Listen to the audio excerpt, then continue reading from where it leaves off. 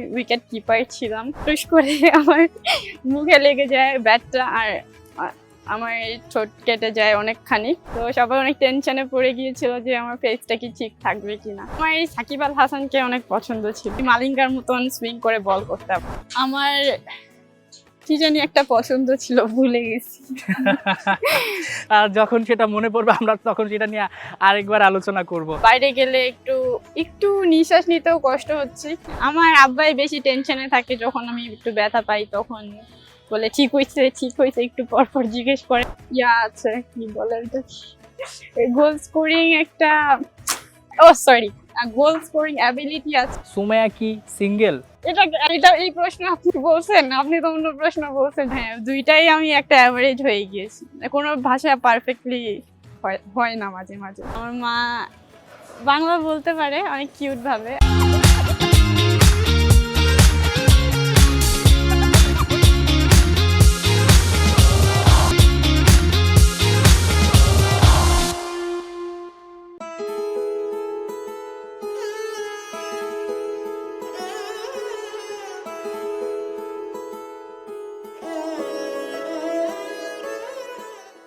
ঈদ মানে আনন্দ, ঈদ মানে খুশি, আর এই ঈদের আনন্দকে ডাবল করতে ৭১ খেলাযোগের বিশেষ আয়োজন। আছেন বাংলাদেশ জাতীয় নারী ফুটবল এবং ফুটসাল দলের সদস্য মাতসুসীমা সুমাইয়া। সুমাইয়া, আপনাকে স্বাগত ৭১ খেলাযোগে।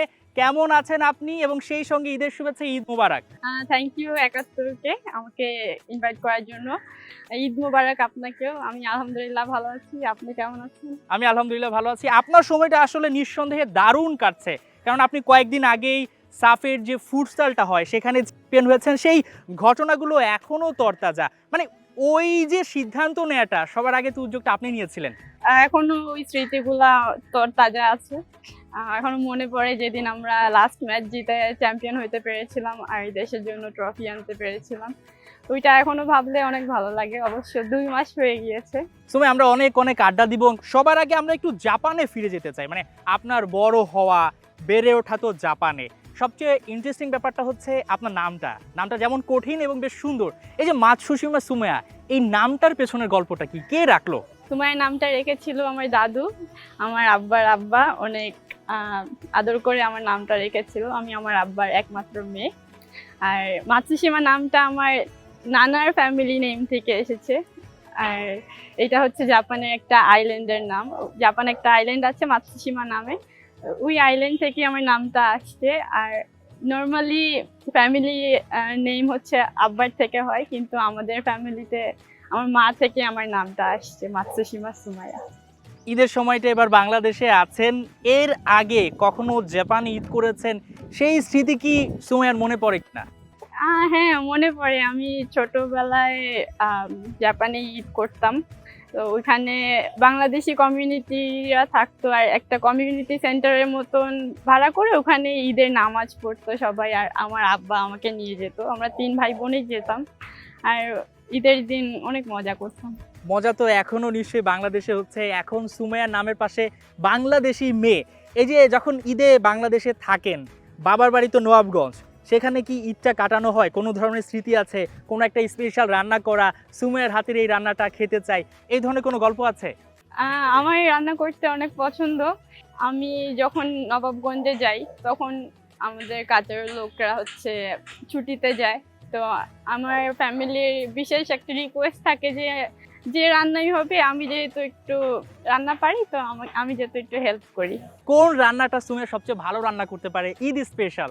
ঈদে যেহেতু গরু মাংসটাই বেশি রান্না হয়, তো আমি গরু মাংসটাই বেশি রান্না করি। আর আমার মিষ্টি জাতীয় খাবার পছন্দ, আমি সেমাইটাও রান্না করতে পারি।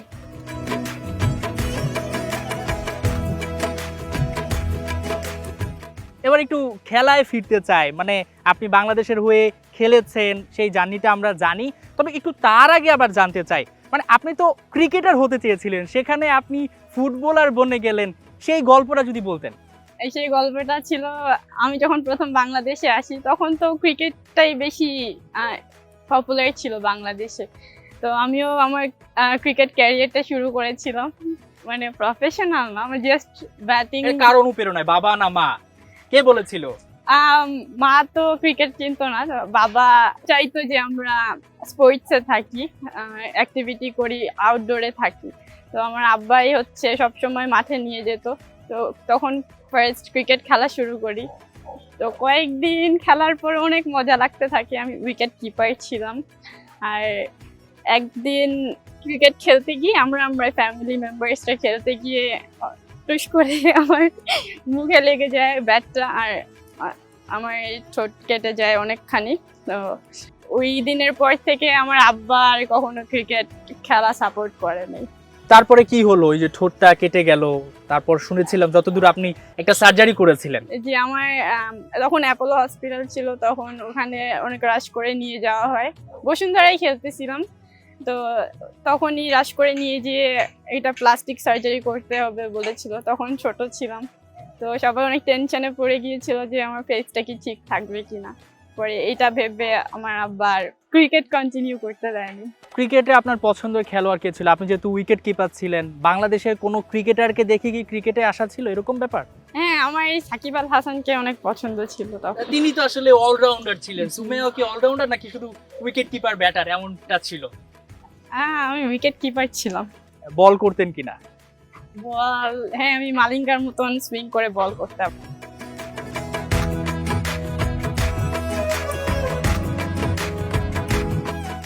সুমাইয়া, ক্রিকেট নিয়ে তো আলোচনা করছিলাম, এবার একটু আবার ফুটবলে ফিরতে চাই। বাংলাদেশে আপনার আসার যে জার্নিটা সেটা আমরা কম বেশি সবাই জানি।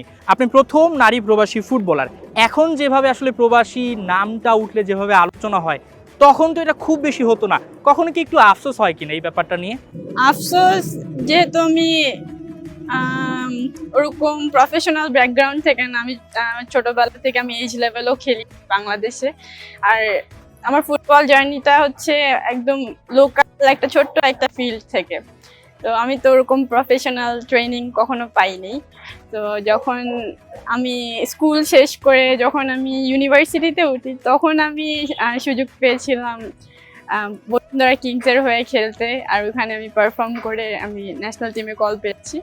আমি মনে করি যে যদি আরো ছোটবেলা থেকে যদি আমাকে একটু সাপোর্ট করতো, তাহলে মানে সাপোর্ট অলওয়েজ করতো, কিন্তু যদি প্রফেশনালি যদি সাপোর্ট করতেন তাহলে হয়তো আমি অন্য একটা জার্নি হতে পারত। আপনি ফুটবল খেলেছেন, সঙ্গে ফুটসালও, অর্থাৎ আপনি এবং আরও কয়েকজন ফুটবলার আছেন যাদের একসঙ্গে ফুটসাল এবং ফুটবল দুইটা সাফেরি ট্রফি উঁচিয়ে ধরার একটা সুযোগ আপনাদের হয়েছে, সৌভাগ্য হয়েছে।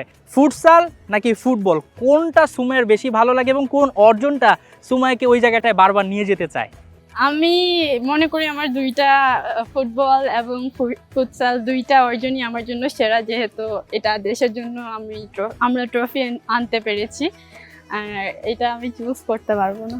আমরা যদি এইভাবে বলি যে আপনি বাংলাদেশের জন্য দুটি ট্রফি নিয়ে এসেছেন, একটা হচ্ছে ফুটসাল, একটা হচ্ছে ফুটবলের সাফ, দুটোই সাফের, কিন্তু কখনো কি বাংলাদেশের এই যে প্রেক্ষাপট, পরিবেশ কিংবা ওয়েদার, সুযোগ সুবিধা খুব একটা নেই, এগুলো দেখে কি কখনো আফসোস হয় যে জাপানে থাকলে ভালো হতো, কিংবা একটু খারাপ লাগা কাজ করে কিনা, যে কখনো মনে হয় কিনা যে জাপানে চলে যাই ফুটবল খেলতে?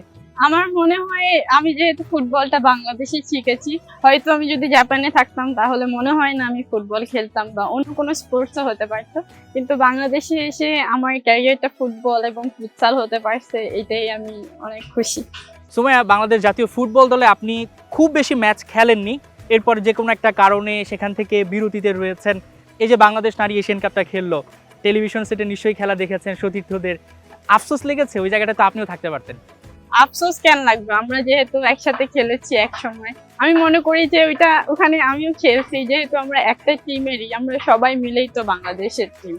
তো আমি মনে করি যে ওরা খেলতেছে মানে আমিও খেলতেছি। ওদেরকে সাহস দিয়েছেন নিশ্চয়ই ওরা ওদের খারাপ লাগাটাও বলেছে, মন খারাপ হয়েছে, বাংলাদেশ একটা ম্যাচও জিততে পারেনি, নিশ্চয়ই আপনি একটা ভালো প্রত্যাশা করেছিলেন। খারাপ লাগাগুলো কখনো আপনার ফ্রেন্ড আপনার সঙ্গে শেয়ার করেছে?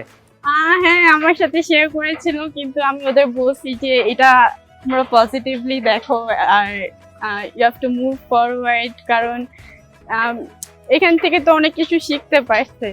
এর জন্য আমি মনে করি যে এখন ভেঙে পড়া যাবে না, আরো হার্ড ওয়ার্ক করে আরো যত ভালো কিছু দেশের জন্য আনা যায় ওই চেষ্টাটা করতে হবে। সময় যখন আপনি বাংলাদেশে ফুটবলটা খেলতে আসেন তখন কোন ব্যাপারটা সবচেয়ে বেশি চ্যালেঞ্জ মনে হয়েছে? মাঝে মধ্যে একটু বিরক্ত লাগতো, মনে হতো যে বাংলাদেশের থেকে ফুটবলটা না খেলে চলে যায়, এরকম কোনো ঘটনা আছে? এরকম কখনো লাগে নেই, কিন্তু যখন আমি প্রথম আসি তখন একটা ব্যাপার চ্যালেঞ্জিং ছিল, সেটা হচ্ছে বাংলাদেশে মাঠ খুবই কম ছিল এবং যেখানে আমরা খেলা শুরু করতাম বা কয়েকজন মিলে যখন শুরু করতাম তখনই দেখা যেত ওইটা একটা প্লট হয়ে যেত, তো ফিল্ডটা আর বন্ধ হয়ে যেত, পরে আরেকটা ফিল্ড খুঁজতে হতো। যেহেতু ঢাকা শহরে ফিল্ড কম, ওইটাই আমার একটা আফসোস ছিল যে যদি আরো বেশি ফিল্ড থাকতো তাহলে আমি কেন আরো অনেকেই সুযোগ পেত একটা প্রফেশনাল ফুটবল প্লেয়ার হওয়ার। তার মানে যেখানে আপনি খেলতে যেতেন কয়েকদিন পরই সেই জায়গাটা একটা প্লট হয়ে যেত, সেখানে বাড়ি নির্মাণ হতো, তখন কি আপনার জাপানের কথা মনে পড়তো? জাপান তো খুব সুন্দর একটা দেশ এবং খুবই ডিসিপ্লিন। জাপানে অনেক ফ্যাসিলিটিস আছে, কিন্তু জাপানে কিন্তু সব জায়গায় ফুটবল খেলে না। যেমন বাংলাদেশে যে একটা কোনা পাইলেই, খালি জায়গা পেলেই ওখানে যে অবস্থায় আছে ওই অবস্থায় খেলতে নেমে যাবে, কিন্তু জাপানে যেহেতু মানুষ কম, ইয়াং পিপলরা কম, তো অনেক দূরে দূরে ফিল্ড, মানে ফিল্ড থাকে কিন্তু খালি পড়ে থাকে। তো আমি ভাবি মাঝে মাঝে যে ওই ফিল্ডগুলো যদি আমাদের দেশেও থাকতো, যেগুলা খালি পড়ে থাকবে। একটু আফসোস হয় এই জিনিসটা নিয়ে, সবসময় কি ভাবে আপনাকে? হ্যাঁ, একটু মন খারাপ হয়। জাপানে যখন যান, ঘুরতে যান, বেড়াতে যান, তখন কি ফুটবল খেলা হয় কিনা? বা আপনি বলছিলেন একটু আগে যে জাপানে আপনার নানা বাড়ি, সে নানা বাড়িতে আসলে কি জানতে চায়, কি ধরনের আলোচনা হয় বাংলাদেশ নিয়ে? আমি যখন লাস্ট জাপানে গিয়েছিলাম তখন আমরা সবাই, আমার মামা, নানি সবাই মিলে বসে আমরা ওই যে ছাদ খোলা বাসের ওই প্রোগ্রামটা দেখছিলাম ইউটিউবে। তো ওইটা আমার সবাই অনেক এনজয় করেছিল, যে সবাই এত সাপোর্টিভ, বাংলাদেশের ফুটবল নিয়ে এত এক্সাইটেড। তো ওইটা ওনারা অনেক খুশি হয়েছিল। আপনার নানা বাড়ির লোকজন কখনো বাংলাদেশে এসেছে কিনা, বা বাংলাদেশ সম্পর্কে তারা আসলে কি জানতে চায়, কোন ব্যাপারটা তাদের ভালো লাগে, এবং আপনাকে নিয়ে নিশ্চয়ই তারা অনেক গর্বিত যে আপনি বাংলাদেশ জাতীয় নারী ফুটবল দল এবং ফুটসাল দল দুই দলে খেলছেন? কোনো আলোচনা হয় কিনা? হ্যাঁ, ওনারা জানতে চায় যে আমি আমার কিভাবে আমার দিন কাল স্পেন্ড করি, আর বেশিরভাগ বলে পড়ালেখায় মন দিতে। বাংলাদেশ থেকে যখন জাপানে যান, বাংলাদেশি কোনো ফুড যেটা আপনার হয়তো বা নানা বাড়ির কারো ভালো লাগে সেটা নিয়ে যাওয়া হয় কিনা, যে আপনি খুব করে সেটা নিয়ে যান, সেটার একটা বায়না থাকে? যা বাংলাদেশের খাবার যেহেতু একটু ঝাল মশলা দেওয়া, তো আমার নানিরা খেতে পারে না, স্বাভাবিক। কিন্তু আমার কি জানি একটা পছন্দ ছিল, ভুলে গেছি। আর যখন সেটা মনে পড়বে আমরা তখন সেটা নিয়ে আরেকবার আলোচনা করব। আপনি বলছিলেন পড়াশোনার কথা, এখন ইউনিভার্সিটিতে পড়াশোনা করছেন এবং সেখানে খুব সম্ভবত আপনি পরিবেশ নিয়ে পড়াশোনা করছেন।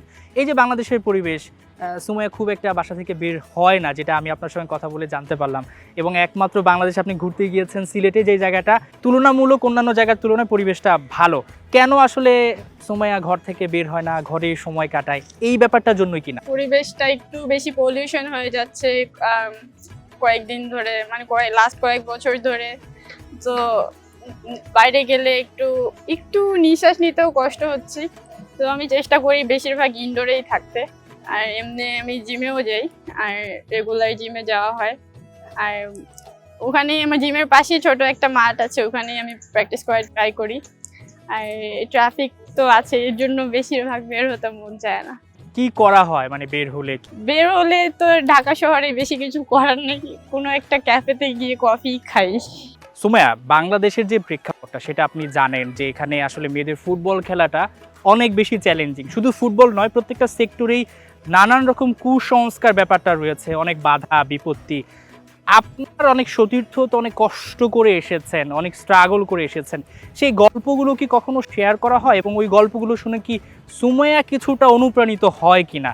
জি, অনেকেই আছে, যখন ওরা ওদের স্টোরি শেয়ার করে আর যখন আমি ওদের স্টোরির সাথে আমার স্টোরিটা কম্পেয়ার করি, আমারও অনেক স্ট্রাগল ছিল, যেহেতু আমি ঢাকা শহরে ফুটবল প্লেয়ার হয়েছি। তো যখন আমি ওদেরটা শুনি তখন আমার আরো মোটিভেটেড ফিল হয় যে ওরা কোথায় থেকে এত কষ্ট করে এই জায়গায় আসতে পারছে আর দেশকে রিপ্রেজেন্ট করছে, ওদের জন্য রেসপেক্টটা আরো বেড়ে যায়।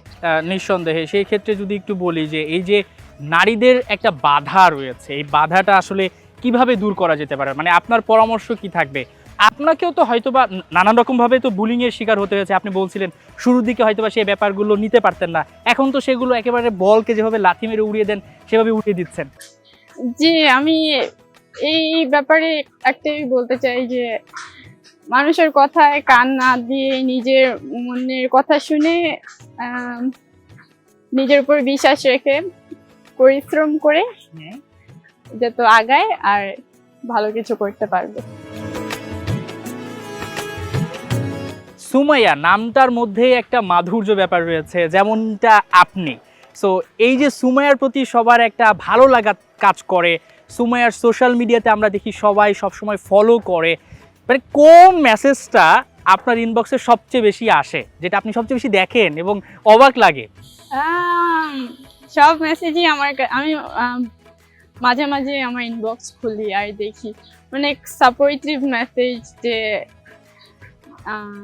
এখন যেহেতু আমি টিমে নাই, তো সবাই বলে মানে অনেকেই বলে যে মানে হার্ডওয়ার্ক করতে, মানে নেগেটিভ কমেন্টস আমি খুবই কমই দেখি, থ্যাঙ্কস টু মাই ফলোয়ার্স।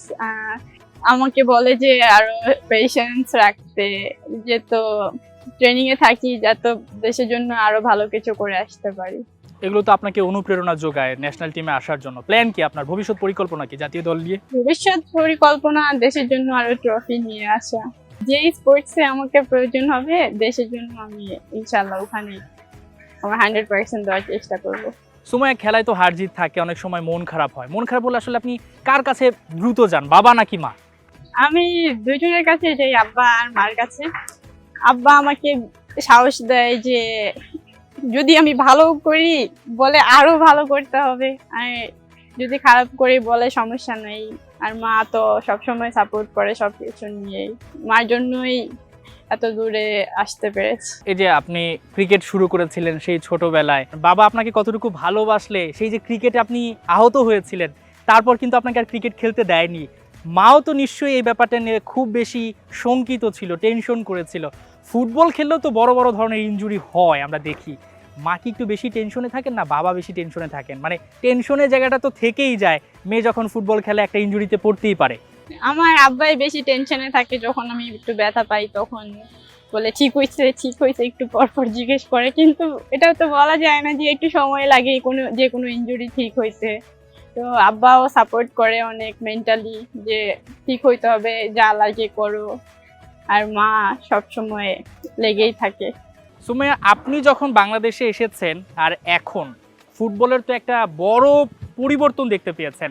অর্থাৎ আগে আমরা যেমনটা দেখতে পেতাম যে বাংলাদেশে যারা ফুটবল ফ্যান ছিলেন তারা রাত জেগে অন্য দেশের খেলাগুলো দেখতেন, এখন তো মেয়েদের যেই সফলতা সেই দিকটা নিয়ে তারা গর্বিত এবং সেই খেলাগুলো দেখেন, এবং সঙ্গে হামজা চৌধুরী আসার পর থেকে কিন্তু খেলার চিত্র একেবারে বদলে গেছে।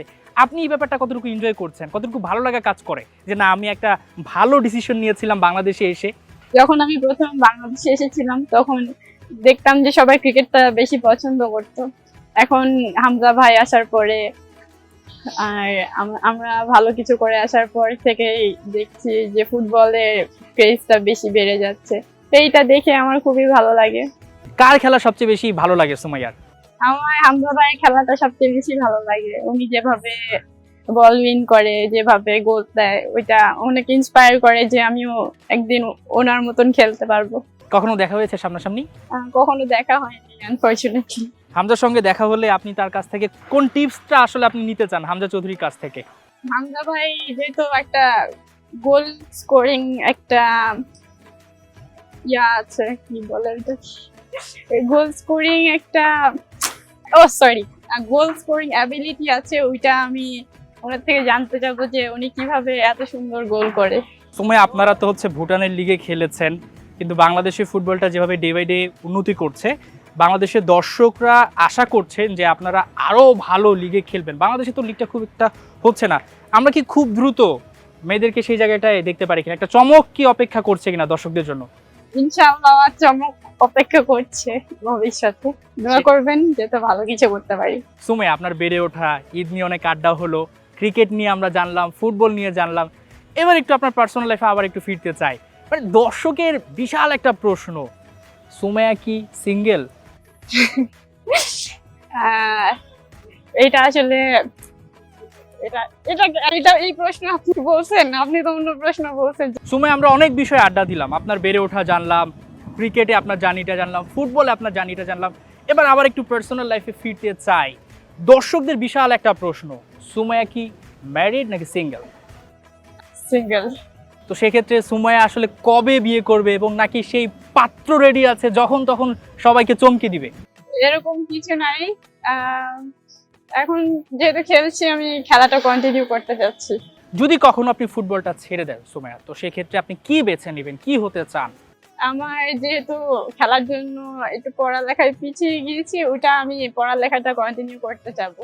ফুটবল খেলা ছেড়ে দিলে আমি একজন ভালো মানুষ হতে চাই। আমি জানি না, আমি নিজেও জানি না আমি কি হতে চাই। রেফারি, তারপর ক্লাব কোচিং, এগুলা নিয়ে আমার বেশি ইচ্ছা নাই, কিন্তু আমি যখন ছোট ছিলাম তখন আমি খুবই কম অপরচুনিটিস পেয়েছিলাম। আর আমি যদি খেলাটা ছেড়ে দিই, আমি চেষ্টা করব যে আমি ছোট একটা একাডেমি করি, ওখানে আমি বাচ্চাদের নিয়ে আমি কোচিং করাইতে চাই।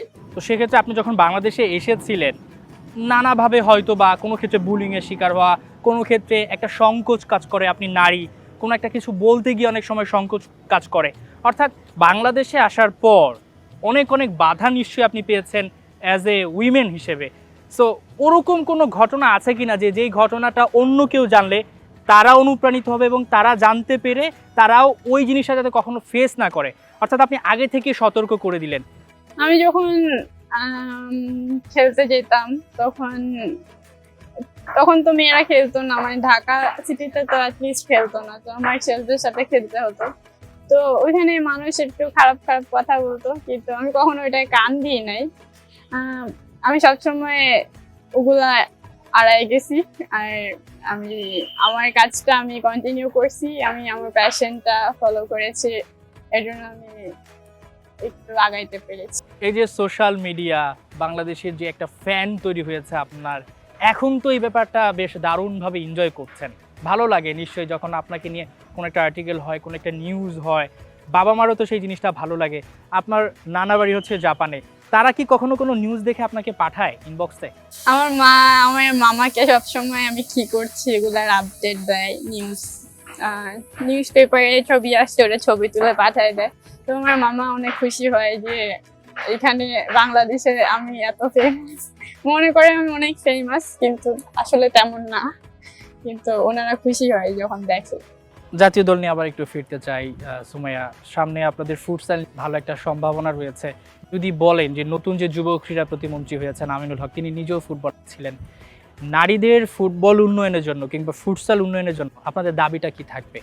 আমার একটা রিকোয়েস্ট থাকবে যে যেহেতু আমরা ফুটসাল শুরু করেছি, আর বাংলাদেশে ফুটসাল অনেক প্রায় জনপ্রিয় একটা খেলা, কিন্তু ওইটার একটা প্রপার ফিল্ড নাই। তো আমি ওনাকে রিকোয়েস্ট করব যে আমাদের একটা স্টেডিয়াম করে দেওয়া হোক। সুমাইয়া, বাংলাদেশে আপনি আসলেন জাপান থেকে, জাপানিজ একটা কালচার, ভাষা, খাবার সব কিছুর সঙ্গে মানিয়ে নিতে তো একটা সময় লেগেছে। এই যে বাংলা ভাষাটা জানা, শুরুতে আমি যতটুকু জানি বাংলা ভাষা আপনি হয়তো বা বলতে পারতেন, পড়তে পারতেন না, খুব কঠিন হতো আপনার জন্য। এখন হয়তো বা আপনি আস্তে আস্তে লিখছেন, মানিয়ে নেওয়ার ব্যাপারটা যদি একটু বলতেন। আমি যেহেতু ছোটবেলা থেকে, আমার মা যেহেতু জাপানিজ আর আব্বা যেহেতু বাংলাদেশি, আমার যাওয়া আসার মধ্যেই থাকতে হতো। আমি 6 মাস বাংলাদেশে, 6 মাস জাপানে, এরকম হতো। জাপানের স্কুলেও পড়া হতো, বাংলাদেশেও পড়া হতো। তো ওই যে বেসিকের যে ব্যাপারটা, আমার দুইটাতেই সমস্যা হয় বলতে এবং লিখতে। আমি জাপানি তো অল্প, মানে সমস্যা হয় বলতে, আর বাংলাও মানে মিক্সড হয়ে যাওয়ার কারণে একটা সমস্যা তৈরি হয়েছে। দুইটাই আমি একটা অ্যাভারেজ হয়ে গিয়েছি, কোনো ভাষা পারফেক্টলি হয় না মাঝে মাঝে। বাসাতে কোন ভাষাতে বেশি কথা বলা হয়, বাংলা নাকি জাপানিজ? বাসায় আমার আব্বার সাথে বাংলায় কথা বলি, আর মায়ের সাথে জাপানিজে কথা বলি। মা কি বাংলা ভাষাটা আস্তে আস্তে শিখছেন কিনা, বা মাকে কি এবার আপনি দায়িত্ব নিয়ে শেখাচ্ছেন কিনা? বাংলা ভাষায় যে একটা মিষ্টি ব্যাপার রয়েছে, সেই ব্যাপারটা কি মাকে শেখানো হয়েছে, মানে শেখাচ্ছেন কিনা? মা 20 বছর ধরে বাংলাদেশে যাওয়া আসা করে, হ্যাঁ। তো আমার মা বাংলা বলতে পারে অনেক কিউট ভাবে, আর সাইনবোর্ডের বাংলাগুলা পড়তে পারে। আপনি যখন নবাবগঞ্জ যান সেখানকার স্মৃতিগুলো কেমন? সেখানে গেলে নিশ্চয়ই একটা আলাদা টান কাজ করে, যেই টানে আসলে আপনি বাংলাদেশে ছুটে এসেছেন, বাংলাদেশের হয়ে ফুটবলটা খেলছেন।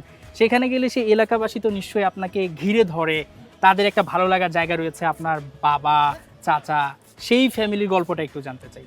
আমরা যখন ঈদে নবাবগঞ্জে যাই তখন সবাই আমাদের দেখতে আসে, হুম। ফুটবলার হিসাবেও দেখতে আসে, কিন্তু প্রথমে ওনাদের বেশি আগ্রহ থাকে যে আমি জাপানিজ, আমার মা জাপানিজ, তো দেখতে আসে যে জানি না কি দেখতে আসে, কিন্তু অনেক আগ্রহ নিয়ে আমাদেরকে দেখতে ওই আসে। সময়টা কেমন লাগে আপনার কাছে?